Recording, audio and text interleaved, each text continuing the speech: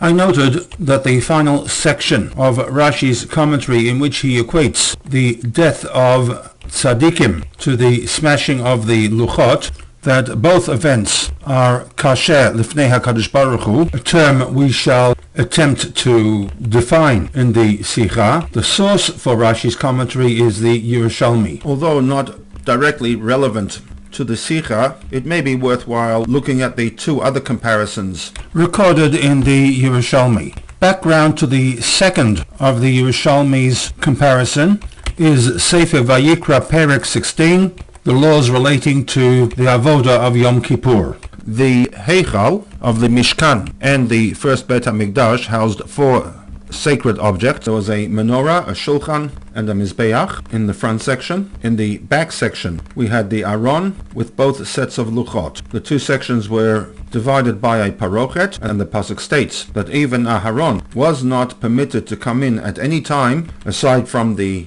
day of Yom Kippur into the area that was beyond the parochet. Ve'al yavo b'chol eit el hakodesh. He, Aharon, was not permitted to come in at all times, in fact in any time aside from Yom Kippur, into that area of the Heichal, which was mibeit la parochet, beyond the parochet. And this provides the lead into the rest of the perek that deals with the avoda of Yom Kippur. Pasuk Aleph of this perek provides us with a time frame for these laws, that these laws were established acharei mot shnei bnei Aharon, following the death of the two sons of Aharon, who vayamutu, who lost their lives, b'karvatam lefnei Hashem, when they offered korbanot, when they approached, and in the midst of their participation in the avoda of korbanot. Pasuk 1, the death of Aharon's two sons. Pasuk 2 and onwards, the avoda of Yom HaKippurim. To which the Yerushalmi asks that if the two sons of Aharon died 6 months earlier on Rosh Chodesh Nisan, V'lama hu mazkir mitatan b'Yom HaKippurim? Why is the mention of their deaths made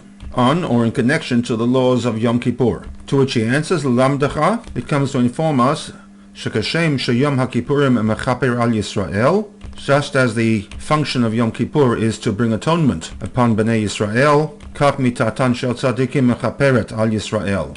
So too, the death of the tzadikim brings an atonement upon Bnei Yisrael.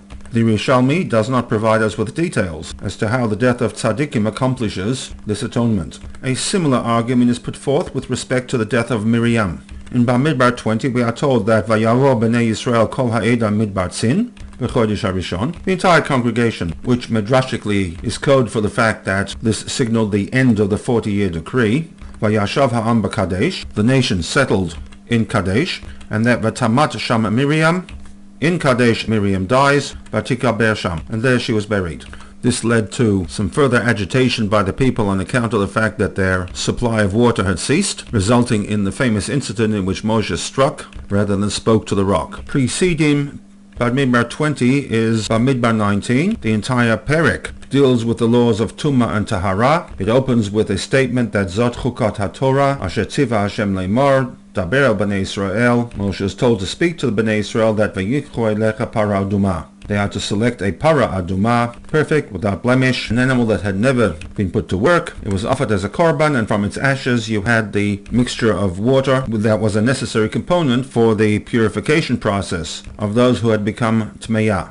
The Talmud Yerushalmi asks, Lama samach hakatuv mitat Miriam leparashat para? Why has the segment dealing with the death of Miriam been placed adjacent to the perek dealing with the para aduma? Lelamdecha, says the Talmud Yerushalmi, shekashem she'efer para, just as the ash of the para aduma mechaperet al Yisrael brings an atonement to the Bnei Yisrael, kach mitatan shel tzadikim, so too the death of the tzadikim of the world mechaperet al Yisrael.